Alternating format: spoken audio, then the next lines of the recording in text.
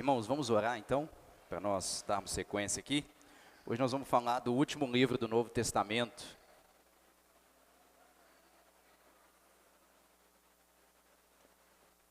Apocalipse. Já tremeram na base aí, hein?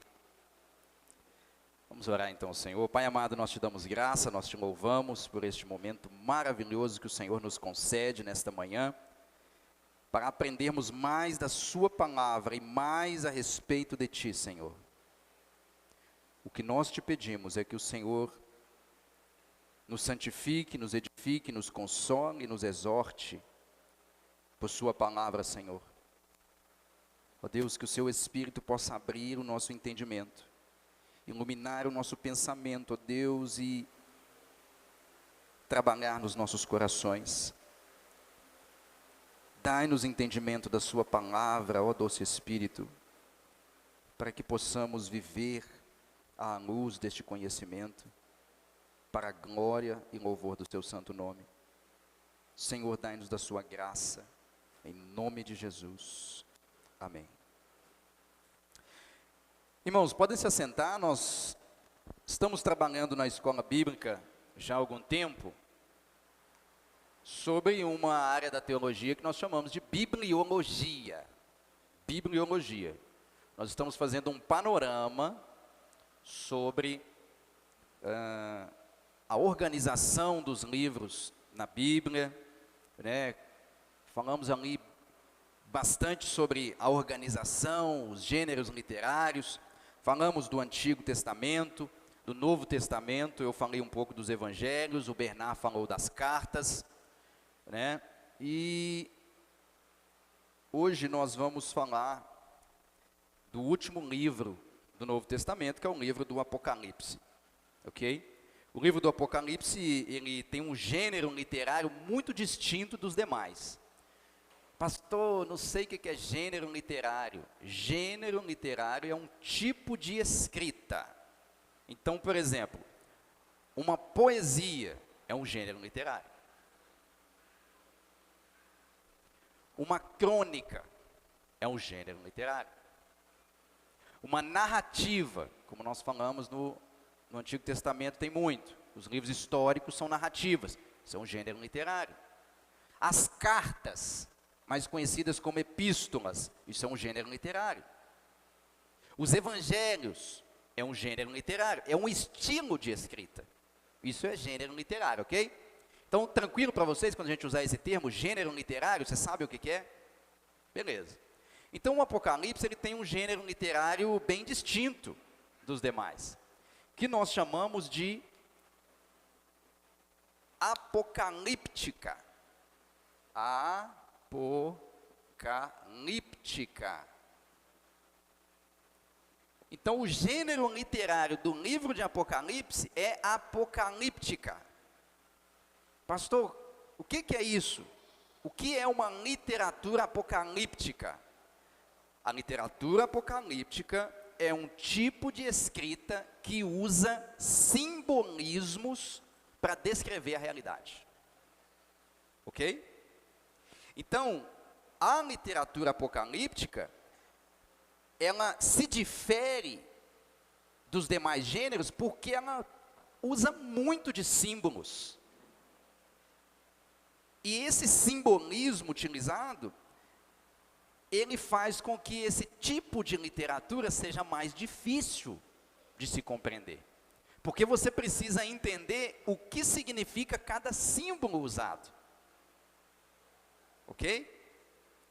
Então, a gente observa que na Escritura, não é só o livro de Apocalipse que tem esse estilo, esse gênero literário. É bem comum que a apocalíptica, ela esteja presente nos escritos proféticos também. Ok? Eu quero dar um exemplo para vocês de literatura apocalíptica nos profetas. Vai comigo lá em Daniel 7. E aí é interessante que já vamos começar a perceber algum contato de Daniel 7 com Apocalipse, com o livro de Apocalipse. Daniel 7, a partir do 1. Vamos ler até o 10. Repare o uso do simbolismo. Ok? No primeiro ano de Belsazar, rei da Babilônia, teve Daniel um sonho e visões ante seus olhos, quando estava no seu leito. Escreveu logo o sonho e relatou a suma de todas as coisas. Falou Daniel e disse: eu estava olhando durante a minha visão da noite, e eis que os 4 ventos do céu agitavam o mar grande. 2 símbolos aí. Os 4 ventos do céu e o mar grande. Verso 3. 4 animais grandes, diferentes uns dos outros, subiam do mar. Mais 2 símbolos aí, o mar e os animais. 4. O primeiro era como um leão, e tinha asas de águia. Enquanto eu olhava, foram-lhe arrancadas as asas. Outro simbolismo aí, leão, asa e águia. Ok? Foi levantado da terra e posto em 2 pés como homem, e lhe foi dada mente de homem. Verso 5.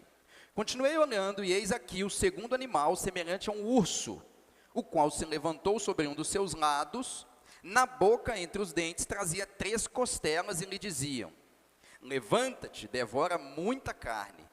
Depois disso, continuei olhando, e eis aqui outro, semelhante a um leopardo, e tinha nas costas 4 asas de ave. Tinha também este animal 4 cabeças, e foi-lhe dado domínio. Veja, você tem aí cabeça, asa, leopardo, leão, águia. Verso 7. Depois disso, eu continuava olhando nas visões da noite, e eis aqui o 4º animal, terrível, espantoso e sobremodo forte, o qual tinha grandes dentes de ferro. Ele devorava e fazia em pedaços, e pisava aos pés o que sobejava. Era diferente de todos os animais que apareceram antes dele, e tinha 10 chifres. Olha, o número 10 é simbólico, e chifre aí também é simbólico. Verso 8, estando eu a observar os chifres, eis que entre eles subiu outro pequeno, diante do qual 3 dos primeiros chifres foram arrancados. E eis que nesse chifre havia olhos, como os de homem, e uma boca que falava com insolência. Continuei olhando até que foram postos uns tronos, olha, o trono aí simbólico, e o ancião de dias, olha, o ancião de dias também simbólico, se assentou. Sua veste era branca como a neve, a cor branca tem um simbolismo também, e os cabelos da cabeça como a pura lã. O seu trono eram chamas de fogo, o fogo também é simbólico, e suas rodas eram fogo ardente. Um rio de fogo, simbólico também, manava e saía de diante dele. Milhares de milhares o serviam, e miríades de miríades estavam diante dele. Assentou-se o tribunal e se abriram os livros. Vamos fazer uma conexão com o Apocalipse? Lá em Apocalipse não tem os livros sendo abertos? Então veja que muita coisa que está em Apocalipse, a gente só consegue entender se a gente entender Daniel 7. Ok? Então esse é um exemplo aí de apocalíptica nos profetas, o primeiro exemplo. O segundo exemplo é Ezequiel capítulo 1, de 1 a 9. Mais um outro exemplo aí de apocalíptica. Aconteceu no 30º ano, no 5º dia do 4º mês, que estando eu no meio dos exilados, junto ao rio Quebar, se abriram os céus e tive visões de Deus. No 5º dia do referido mês, no 5º ano do cativeiro do rei Joaquim, veio expressamente a palavra do Senhor a Ezequiel, filho de Buzi, o sacerdote na terra dos caldeus, junto ao rio Quebar, e ali esteve sobre ele a mão do Senhor. Aí agora ele passa a descrever a visão. Olhei, e eis que um vento tempestuoso vinha do norte. Veja, um vento e o norte, simbólico. E uma grande nuvem, simbólico, com fogo a revolver-se, e resplendor ao redor dela, e no meio disto, uma coisa como metal brilhante que saía do meio do fogo. Metal brilhante, fogo, simbólico. Verso 5. Do meio dessa nuvem saía a semelhança de 4 seres viventes. Olha aí os seres viventes novamente, assim como Daniel. Cuja aparência era esta: tinham a semelhança de homem. Cada um tinha 4 rostos, como também 4 asas. As suas pernas eram direitas, a planta de cujos pés era como a de um bezerro, olha o bezerro, simbólico. né? E luzia como brilho de bronze polido. Debaixo das asas tinha mãos de homem, aos 4 lados, assim todos os 4 tinham rostos e asas. Estas se uniam uma à outra, não se viravam quando iam, cada qual andava para a sua frente. Então veja que a literatura apocalíptica, ela é difícil de se compreender porque ela usa de símbolos. Você tem leão, você tem leopardo, você tem águia, você tem a cor branca, você tem os cabelos brancos como a lã, as vestes brancas como a neve, os pés são de bronze. Então você vê que os animais têm olhos, se assemelham com o homem, você pensa, pô, mas espera aí, é homem ou é animal? Não estou entendendo mais nada.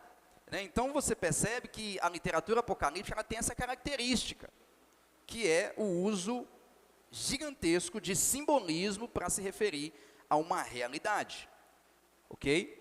Então o primeiro ponto que a gente tem que entender é que Apocalipse ele traz essa linguagem, né? Esse gênero literário, utilizando símbolos. Um ponto que eu acho, irmãos, que nós precisamos compreender, é que esses símbolos e a literatura apocalíptica, geralmente quando nós lemos, a tendência é que a gente entenda Apocalipse, ou literatura apocalíptica, como algo catastrófico, como algo que causa medo, espanto, assombro, pânico, como algo que destrói, que assim, gente, eu não quero nem ler Apocalipse, porque Apocalipse é tiro, porrada e bomba, é morte, é o leão que sai, é o dragão que sai do mar, meu Deus do céu, saiu um dragão, é a serpente, aí de uma para outra você já vê que é a besta, com um tanto de cabeça e tinha um chifre, e de repente aparece um cordeiro, você fala, não quero nem ler isso, é melhor eu esperar passar o tempo para que no final Jesus vai voltar, vai dar tudo certo, então eu não quero, porque meu Deus do céu, eu não vou ficar lendo essas coisas, porque isso me espanta. Ok? E isso ocorre por quê? Porque a gente não tem a compreensão do que significam os símbolos. Ok? Porque o livro de Apocalipse não é um livro que deve causar medo na igreja. Muito pelo contrário. O livro do Apocalipse, ele deve causar encorajamento para a igreja. Esse é o propósito, nós vamos falar isso mais adiante.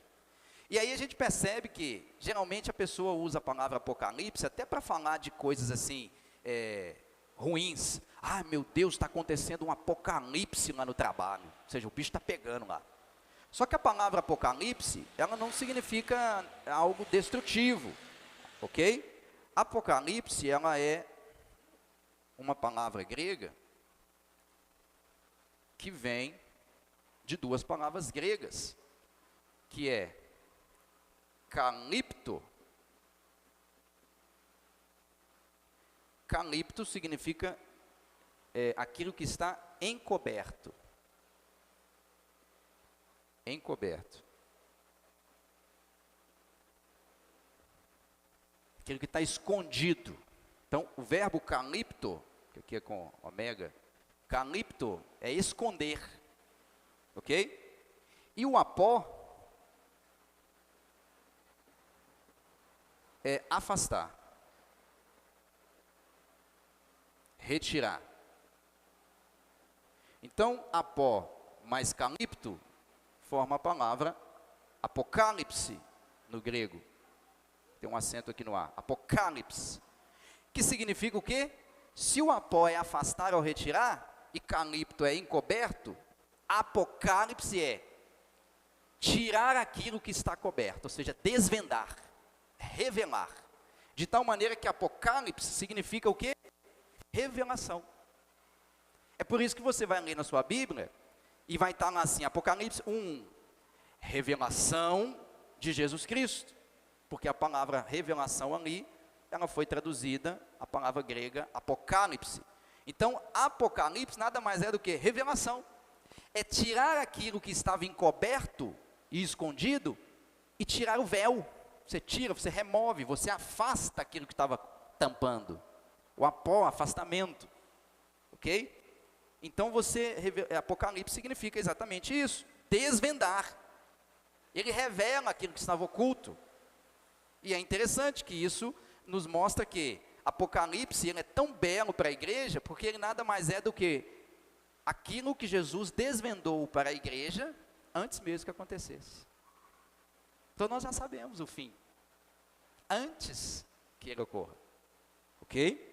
Se você ler aí, como eu disse, Apocalipse 1, de 1 a 2, ele começa dizendo: revelação de Jesus Cristo. Apocalipse, o livro de Apocalipse é o quê? Há uma revelação de Jesus Cristo, que Deus lhe deu, e qual é o objetivo? Para mostrar aos servos, à igreja, as coisas que em breve devem acontecer, e que ele, enviado por intermédio do seu anjo, ao seu servo João, o qual atestou a palavra de Deus e o testemunho de Jesus Cristo quanto a tudo que viu. Então, Apocalipse é a revelação de Deus, que Deus desejou mostrar aos seus servos, a igreja, as coisas que em breve devem acontecer. Pronto. Você não precisa temer isso. Nosso Deus já mostrou para a gente, é isso aqui que vai acontecer. Já vou revelar para vocês antes do que aconteça. Ou seja, então, ao contrário do que muitos pensam, a leitura de Apocalipse ela é tão importante e preciosa como qualquer outro livro da Bíblia. A igreja deve ler Apocalipse. Ok? Você vê, por exemplo, que no versículo 3 de Apocalipse 1, ele diz assim: bem-aventurados aqueles que leem e aqueles que ouvem as palavras da profecia. As palavras da profecia aqui é esse livro. Bem-aventurados, ou seja, felizes sois. Felizes são aqueles que leem e que ouvem. O ouvir aqui é entender. Felizes os que leem Apocalipse e entendem o que está sendo dito. Ok? E ele diz, aqueles, né, que entendem, que ouvem e que leem, que entendem as palavras da profecia e guardam as coisas nela escritas, pois o tempo está próximo. 3 verbos que ele usa: ler, ouvir e guardar. Você lê, entende e obedece. Ok? Essa é a ideia aqui. Quem foi o autor de Apocalipse? Obviamente, o apóstolo João. Nós temos aí no versículo 9 e 10 do capítulo 1, o autor se apresentando. Verso 9: eu, João, irmão vosso e companheiro da tribulação. Marca essa palavra aí, ó, companheiro na tribulação, fundamental para entender Apocalipse. Se você não entende a palavra tribulação, essa expressão companheiro na tribulação, vocês não entendem Apocalipse. Eu, João, vosso irmão vosso e companheiro na tribulação, no reino e na perseverança em Jesus, achei-me na ilha chamada Patmos. João não estava passeando lá, ele estava lá preso, exilado, ok? Achei-me na ilha chamada Patmos. E por que ele estava preso? Por causa da palavra de Deus e do testemunho de Jesus. Achei-me em espírito no dia do Senhor e ouvi por detrás de mim grande voz como de trombeta.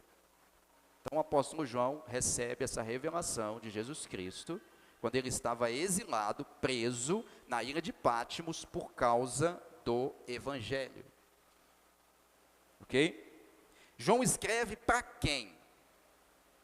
Os destinatários. A resposta simples é: para toda a igreja, de todos os tempos. Apocalipse é para nós hoje. Foi para a igreja daquele tempo e também foi para a igreja de todos os tempos, inclusive para nós agora, e será para a igreja futura até que Cristo volte. Essa é a resposta simples. Pastor, mas espera aí. João, ele vai dizer sobre 7 igrejas. Aqui a gente já começa a aprender um pouquinho com os símbolos. O número 7 significa plenitude, completude, aquilo que está acabado, aquilo que é completo. Isso é que significa o 7. Aquilo que é perfeito. Por exemplo, você vai ler sobre os 7 Espíritos de Deus. Deus tem 7 Espíritos? Não. Quando o texto usa os 7 Espíritos de Deus, ele está falando o Espírito puro e completo de Deus. O Espírito é pleno, ok? Então, quando nós lemos lá a carta às 7 igrejas, a gente precisa entender que o 7 ali é simbólico. O número 7 é usado 55 vezes no Apocalipse. E todas as vezes que ele utiliza 7, ele está se referindo à perfeição e algo que é completo. Guarda isso, hein? O 7 significa o quê? Anota aí. O que significa o 7?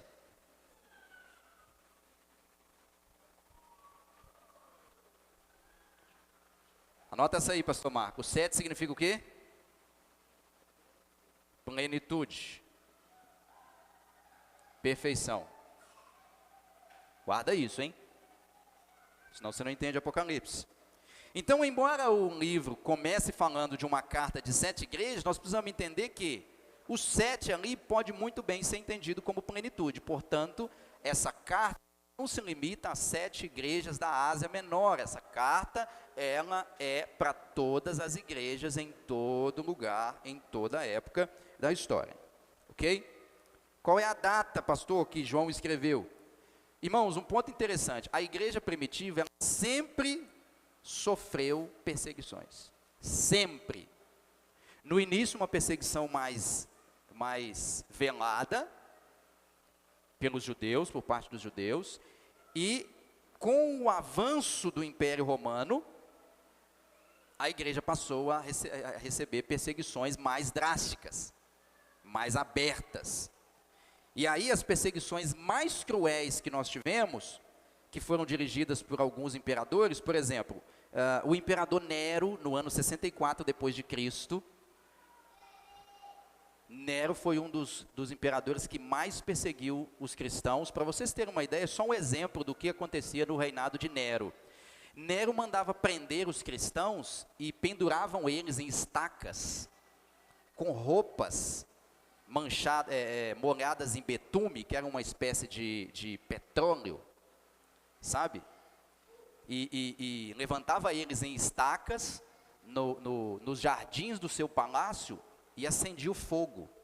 E os cristãos eram usados como tocha para iluminar durante a noite. Vocês têm noção disso? Então já estou dando o contexto de Apocalipse. Olha o que está acontecendo em Apocalipse, hein? Nessa época. O apóstolo João já foi fervido num caldeirão de óleo, vivo, só que ele sobreviveu, e depois que ele sobreviveu, ele foi levado para a ilha de Patmos, exilado. Ok? Em 95 depois de Cristo, o imperador que passou a dominar era Domiciano, melhor dizendo. O Domiciano, ele tinha o seguinte: ele decretou que todas as vilas de cristãos fossem queimadas e destruídas. E as pessoas, por exemplo, no período de Domiciano, qualquer tipo de problema que acontecesse no Império Romano, os cristãos eram culpados. Então, por exemplo, se houvesse uma praga em uma determinada vila do Império Romano, aquela praga aconteceu por causa dos cristãos. Então o Domiciano chamava os cristãos diante da corte, e os cristãos deveriam seguir 2 caminhos: negar a fé em Cristo e adorar o imperador, ou seriam mortos. Então isso acontece no reinado de Domiciano. Depois você tem outros imperadores, tem Trajano, século 112 depois de Cristo, Marco Aurélio, 117 depois de Cristo, Sétimo Severo já no fim do 2º século, até Diocleciano ali no ano 303 depois de Cristo. Ok? Alguns comentaristas colocam o livro de Apocalipse sendo escrito no período de Nero, por volta do ano 64. Nós discordamos, por diversas questões que eu não quero entrar aqui no detalhe agora, não é o nosso objetivo, tendo em vista que o nosso estudo aqui é panorâmico. Nós entendemos que o livro de Apocalipse, ele se encaixa melhor dentro do período do imperador Domiciano, então por volta ali do ano 90. Então João escreve para uma igreja que está sendo perseguida cruelmente.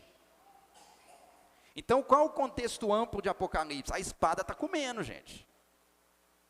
Os cristãos, para eles não serem pegos, os cultos aconteciam ou em cavernas ou nos cemitérios.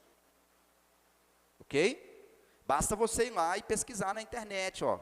Os cristãos, do 1º ou 2º século, a igreja primitiva, você vai ver que eles escondiam-se nos cemitérios, os cultos eram de madrugada, às escondidas, para não serem pegos, ou então em cavernas. Ok? O Domiciano, é interessante que ele foi um dos que pegou mais firme no culto ao imperador, porque o Domiciano, ele cunhou a expressão Dominus et Deum, Senhor e Deus. Então ele cunhou esse título para ele, dizendo: olha, eu sou o imperador, eu sou o Senhor e Deus. E aí, todo cidadão romano tinha que venerar o imperador. Os cristãos, como não veneravam o imperador, eles eram tidos como ateus. Ok? Porque eles não tinham uma imagem de um Deus. E assim, então, eles eram perseguidos. Eles eram chamados de cometerem incesto, porque casavam-se com irmãos, porque se ouviam, né, que um chamava o outro de irmão e irmã, e eles se casavam entre irmão e irmã, então eles eram acusados de incesto. Também eram acusados de canibalismo, porque ouvia-se a expressão comer da carne, beber do sangue, que era uma questão simbólica da ceia, e os cristãos eram acusados de canibalismo e por isso morriam. Ok? Um outro ponto que acontecia bastante naquela época é que quando uma família ela rejeitava adorar ao imperador, né, uma legião romana chegou lá no cemitério e deu pulão, né, pegou a galera lá cultuando ao Senhor. Aí o que acontecia? O soldado romano encostava a espada na cabeça do homem, né, do marido, por exemplo, de um pai, e perguntava para ele se o imperador era Deus. E aí ele poderia responder que sim ou que não. Se ele respondesse que o imperador era Deus, ele vivia. Se ele respondesse que não, que Jesus era o Senhor, ele perdia a cabeça, né? E logo depois pegavam-se as esposas e os filhos, levavam eles para as arenas, né, lá no Coliseu, onde teve aquele filme O Gladiador, né, onde os gladiadores se matavam ali, e pegavam-se os cristãos, homens, mulheres, crianças, idosos, jovens, deixavam eles nus, matavam um cordeiro, tirava a pele e colocava uma pele de cordeiro ensanguentada em cima deles, né? E a partir daí soltava-se leões nas arenas. Então vocês percebem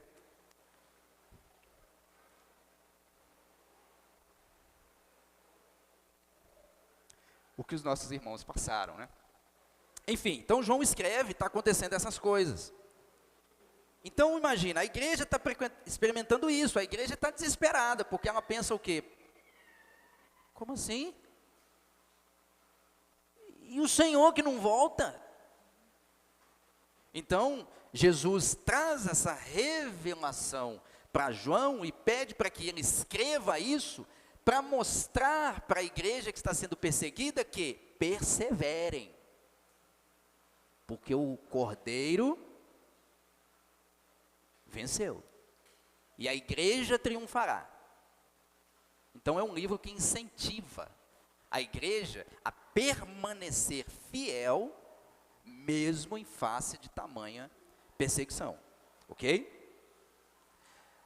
Você vê, por exemplo, o encorajamento, né, para a perseverança, em Apocalipse 17, 14, diz assim: pelejarão eles contra o Cordeiro, e o Cordeiro os vencerá, pois é o Senhor dos senhores e Rei dos reis, e vencerão também os chamados, eleitos e fiéis que com ele estão, né? Ou seja, você percebe que Apocalipse é escrito para mostrar o seguinte: mesmo diante do sangue correndo, a igreja perseguida e sendo devorada, aparentemente destruída, a igreja segue triunfante, ok?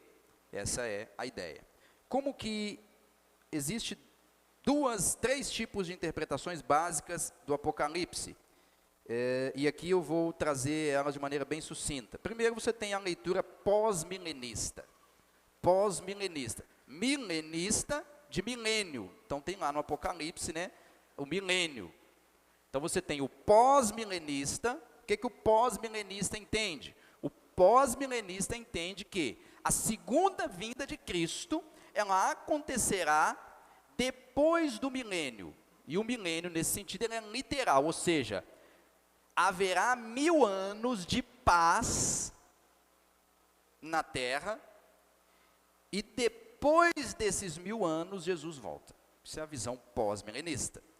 Você tem depois a segunda visão, que é a pré-milenista, que é o oposto. Se Jesus volta depois do milênio, no pós-milenista, no pré-milenista, Jesus vem antes do milênio. Então ele vem e é nessa segunda vinda que ele estabelece os 1000 anos. Ok? Então você tem o pós-milenista e o pré-milenista. E você tem o amilenista. Partícula negativa alfa é negação.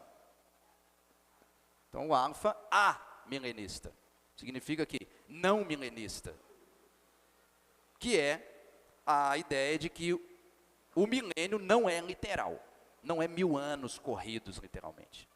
O milênio nada mais é do que o período entre a primeira e a segunda vinda de Cristo. E nós, como reformados, seguimos a linha amilenista. Ok? Tema central de Apocalipse, o triunfo de Jesus e sua igreja sobre qualquer oposição entre a primeira e segunda vinda do Mestre. Triunfo absoluto. Ok? Como que a gente pode, pastor, dividir o livro de Apocalipse? Eu trouxe aqui uma divisão que eu acredito ser bastante didática, que é a divisão de um teólogo chamado William Hendrickson, que é conhecida como paralelismo progressivo. William Hendrickson divide o livro de Apocalipse em 7 sessões diferentes, e a ideia é que cada sessão ela vai ampliando a anterior.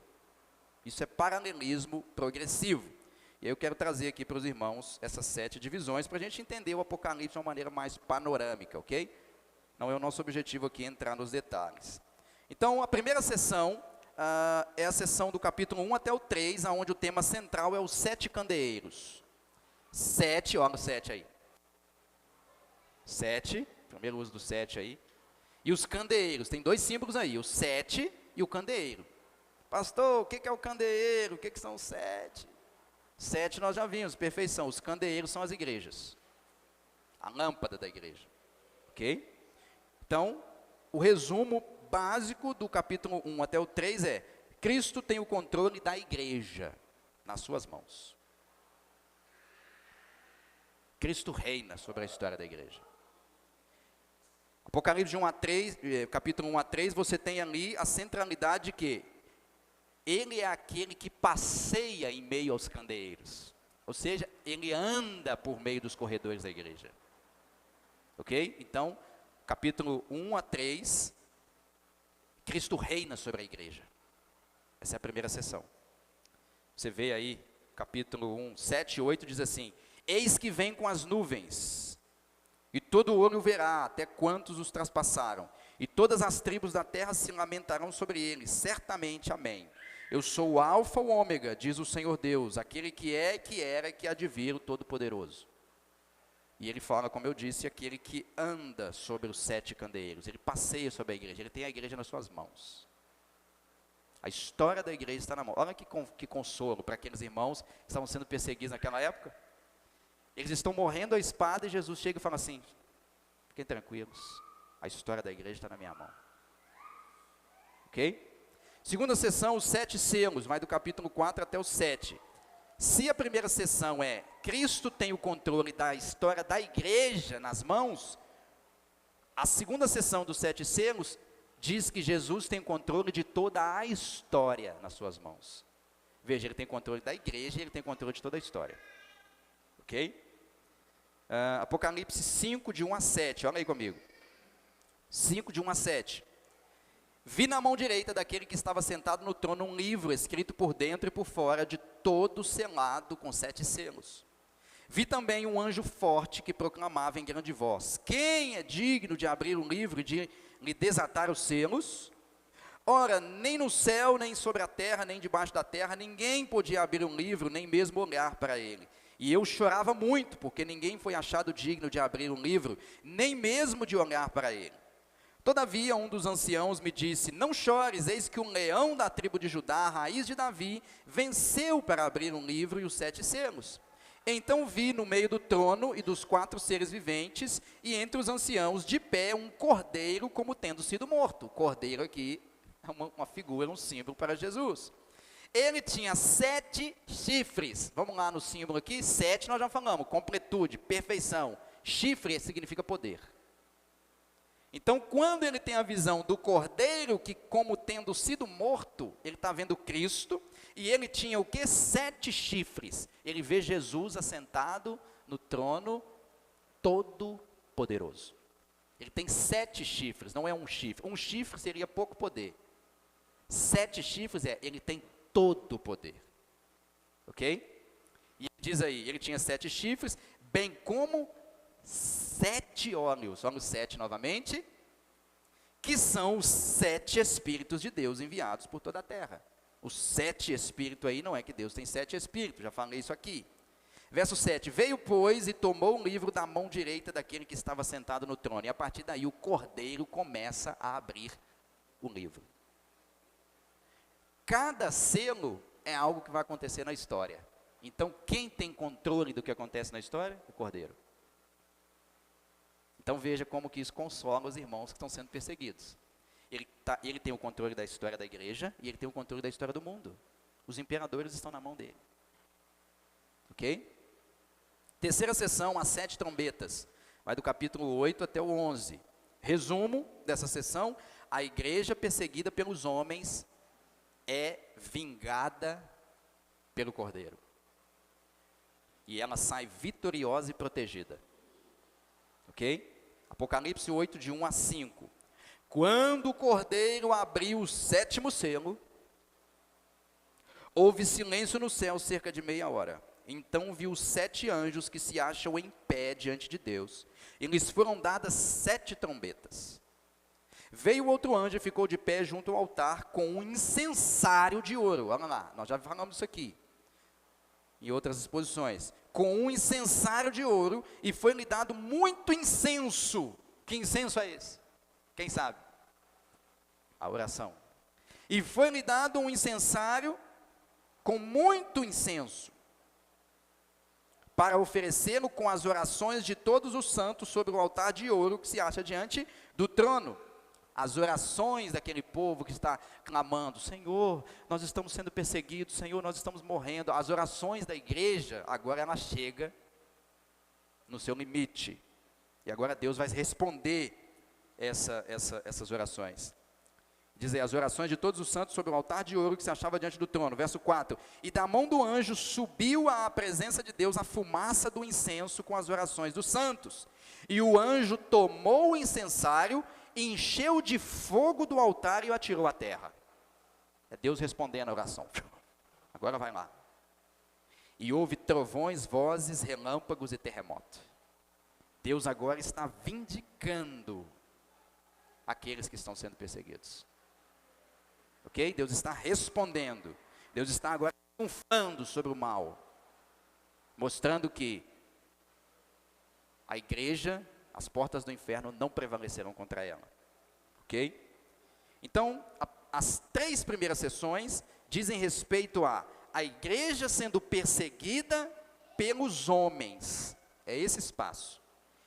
E essa igreja perseguida pelos homens, ela é vindicada pelo Cordeiro, e ela é protegida, porque o Cordeiro tem nas mãos o controle da igreja e da história do mundo. A 4ª sessão em diante é a igreja perseguida pelo mal, por Satanás e os seus aliados. 4ª sessão, os 3 agentes do mal, que são o dragão, a besta e o falso profeta. O dragão é uma figura simbólica para Satanás, fica evidente. Ok? A besta é o anticristo. E o falso profeta, a falsa religião. Ok? E aí nós temos aqui nessa sessão 4, de 12 a 14, alguns temas. Temos a besta, temos o número da besta, 666, temos o falso profeta. Pastor, meu Deus do céu, e o chip na testa? Já está rolando, estou sabendo que o Elon Musk está fazendo isso aí, plantou um tanto de coisa, a besta, o bicho vai pegar, aí nós vamos ter que ir no supermercado e passar nosso rostinho lá, a nossa mão direita, que senão não vai comprar, todo mundo vai morrer de fome. Calma, irmão, calma. Lembra que o gênero apocalíptico, ele usa o quê? Símbolo. Não é literal, é símbolo. Símbolo. Vamos lá. A marca da besta. E o número da besta. Eles falam lá que, porque os seguidores da besta terão a marca da besta na testa e na mão direita. Símbolo, irmão. Testa é símbolo, mão direita é símbolo. A mão direita é símbolo para comunhão. Se você for lá em Gálatas 2, verso 9, o apóstolo Paulo usa essa figura de linguagem, quando ele diz que Pedro estendeu a ele a destra da comunhão. Mão direita é comunhão, relacionamento. Testa é símbolo para pensamento, portanto é ideologias, ideias. Então o que é a besta? O que é a marca da besta, pastor? É chip? Não. É a marca do energético Monster, aquela garra lá que eles falam que são 3 letras Vav do hebraico, e a letra Vav é a 6ª letra do hebraico, então é 666. Pastor, se eu tomar o energético Monster, eu vou seguir a besta? Não, irmão, simbólico. Simbólico. A marca da besta na testa e nas mãos significam simplesmente que os adoradores da besta pensam como a besta e vivem como a besta. Ou seja, os seus pensamentos e os seus atos são totalmente contrários à palavra de Deus. Pastor, então, já existe a marca da besta? Já, há muito tempo. Há muito tempo. Todas as ideologias que houveram no mundo, e há hoje em dia, quem está por detrás delas é o dragão. As ideologias contrárias a Deus. Identidade de gênero, feminismo, ateísmo. Tudo isso que nós vemos hoje são ideologias que são contrárias à lei natural que Deus estabeleceu.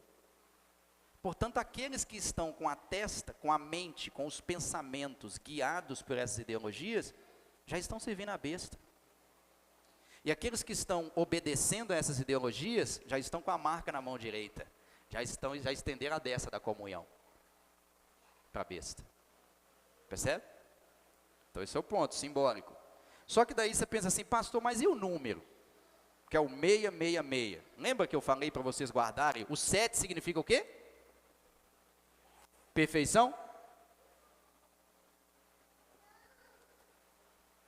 Nós temos a doutrina da Trindade. É um Deus em 3 pessoas, não é isso? 3 pessoas. Todas elas são perfeitas. Então a Trindade de Deus seriam 7, 7, 7. Perfeição, atrás de perfeição, atrás de perfeição. Agora você tem a Trindade de Satanás. As 2 bestas, mais o falso profeta. É a Trindade de Satanás. É Satanás tentando imitar Deus. Tanto que a segunda besta, a primeira besta, o que acontece? Ela recebe um golpe de morte, mas ela volta a viver. Isso é Satanás imitando Cristo. Então o número da besta é 666, porque o 6, diferente de perfeição e completude, ele é imperfeição. Portanto, Satanás tenta e tenta e tenta imitar a Deus, mas ele jamais atingirá a perfeição. O 666 é uma forma de Satanás imitar a Trindade. Só que ele jamais chegará a ser igual a Deus. Então, se a Trindade divina é perfeição atrás de perfeição, atrás de perfeição, o 666 está dizendo para a igreja o seguinte: não se preocupe, Satanás vai tentar destruir a igreja de qualquer maneira, mas ele vai falhar e vai falhar. Isso traz conforto para a igreja ou não? Apesar do sangue estar sendo derramado, calma. Ele jamais vai conseguir destruir a igreja. Ok? Tranquilo aí? Firme ou não? Aí você fala assim, pastor, mas eu eu tenho medo de receber a marca da besta. Calma. Apocalipse 7:3. Vou te dar aqui mais um exemplo que Satanás tenta imitar a Deus, mas ele é uma cópia do Paraguai, vamos dizer assim. Apocalipse 7:3. Não danifiqueis nem a terra, nem o mar, nem as árvores, até o quê? Selarmos na fronte o servo de Deus. Apocalipse 14:1. Olhei e eis o cordeiro em pé sobre o monte Sião, e com ele 144.000, tendo na fronte escrito o seu nome e o nome do seu pai. A besta marcará os seus, tentando imitar o que Deus já fez. Deus também marcará os seus, já tem os seus marcados. Então, por exemplo, os cristãos já foram selados, já tem a marca, ok? Essa marca é visível? Tem alguém aí que está vendo uma marca? Tem uma marca que apareceu em você depois que você converteu? Não, não tem, essa marca é invisível. Assim a marca da besta também é invisível. Porque é uma questão de mente e coração. Mente e coração. A mente que se sujeita a Cristo é a mente que está com o nome de Cristo escrito nela, cravado nela, na mão direita. A mente que não se sujeita a Cristo é a mente que está em paz com Satanás, suas ideias, e vive à luz de todas essas ideias. Está vendo como que o símbolo ele alegra o nosso coração? Quinta sessão, as 7 taças, capítulo 15 a 16. Essa quinta sessão, irmãos, ela é muito interessante, porque ela é um último aviso para os homens, um último chamado ao arrependimento. E Deus vai derramar 7 taças que representam a ira de Deus, derramada sobre a terra. Só que o que me chama a atenção é o seguinte, olha o capítulo 16, de 8 a 9. Capítulo 16, de 8 a 9.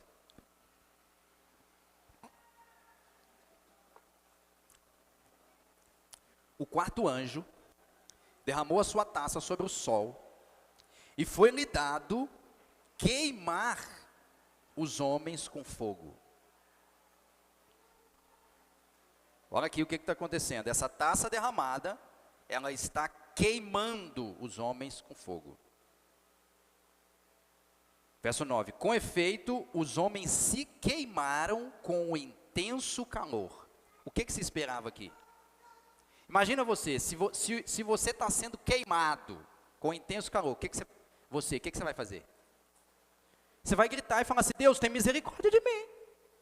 Só que não é isso que acontece. Olha o que acontece quando eles estão queimados, quando eles estão sendo queimados, e blasfemaram o nome de Deus, que tem autoridade sobre esses flagelos, e nem se arrependeram para lhe darem glória.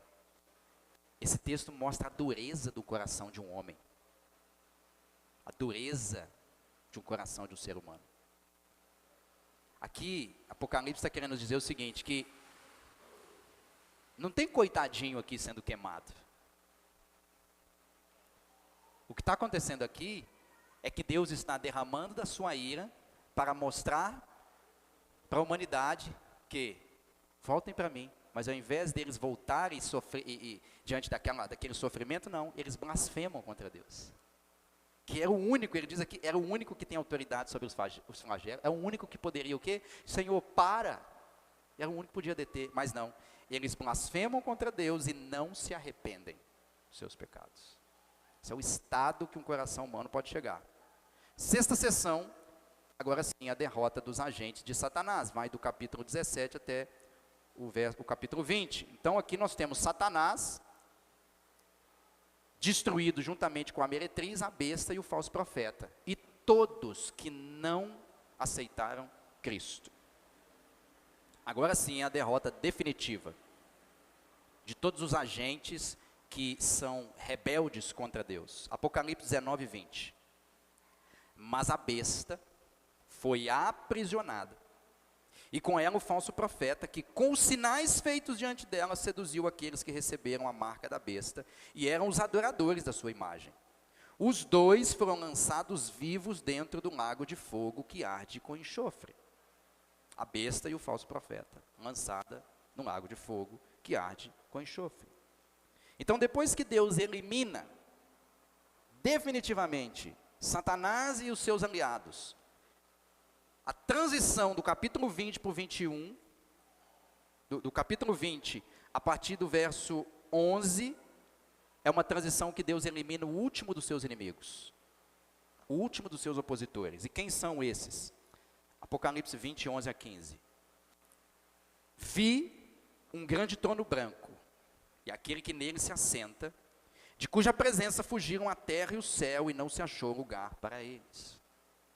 Vi também os mortos, os grandes e os pequenos. Grandes e pequenos aqui é simbólico, significa todas as pessoas. Aqui tem presidente, tem morador de rua, tem desde o miserável até a nata da sociedade. Ninguém escapa aqui.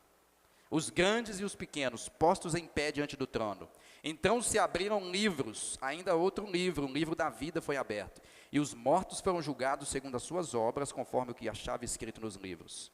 Deu o mar os mortos que nele habitavam. O mar, simbólico. Mar significa nações, povos. Ok? Deu o mar os mortos que nele estavam. A morte e o além entregaram os mortos que neles haviam. E foram julgados um por um, segundo as suas obras. Então a morte e o inferno foram lançados para dentro do lago de fogo. Esta é a segunda morte, o lago de fogo. Por que é a segunda morte? Porque a primeira morte foi em Adão. A segunda morte é definitiva. A primeira morte é um afastamento temporal de Deus. A segunda morte é um afastamento eterno de Deus.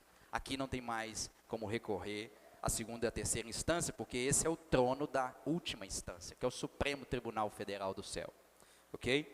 E ele diz aqui, verso 15, e se alguém não foi achado escrito no livro da vida, esse foi lançado para dentro do lago de fogo. Satanás, junto com seus aliados, foram já sentenciados.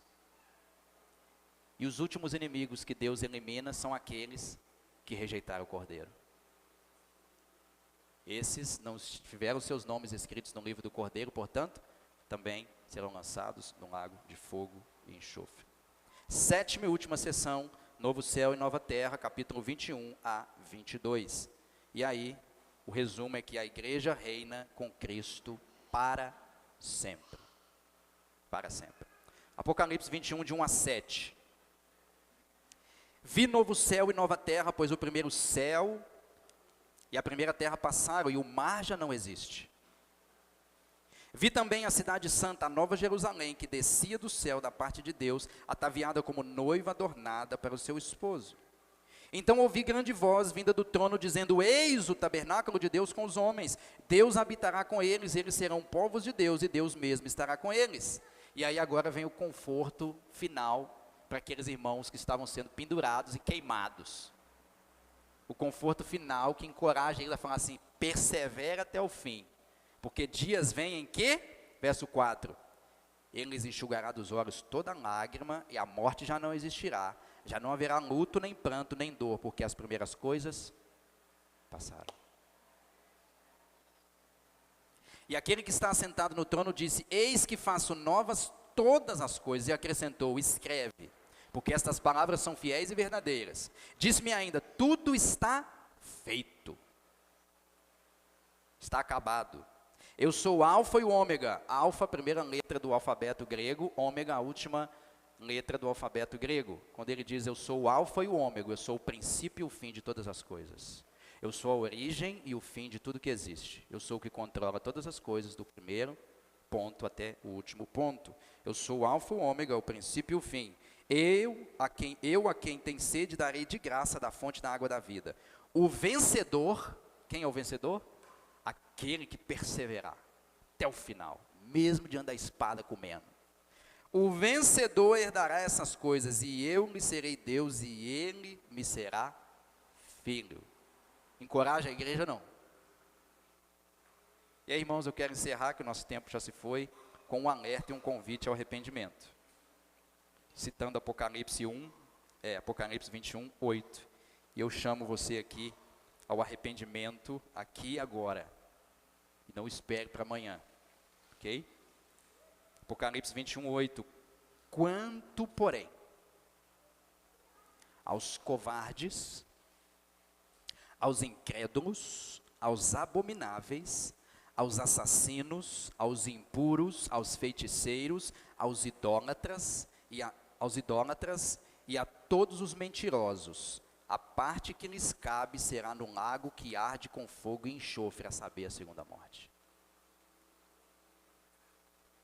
Esses ficarão de fora.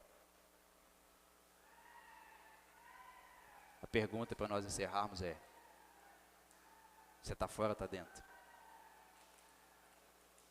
Está fora ou está dentro, Vitória? Examinai, pois, cada um a si mesmo.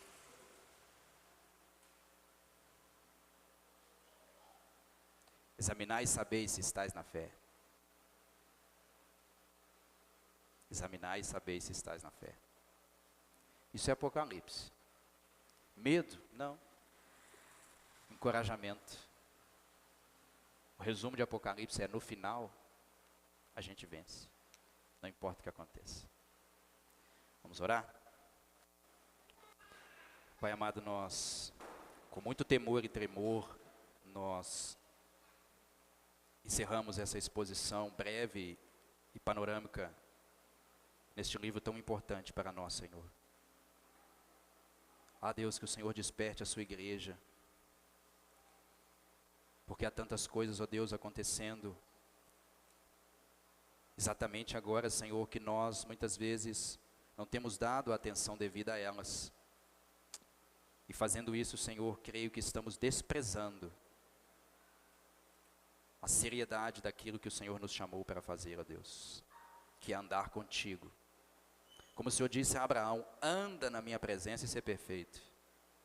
Esse é o chamado do Senhor, Deus: ande na minha presença, me obedeça, e busque me imitar todos os dias da sua vida.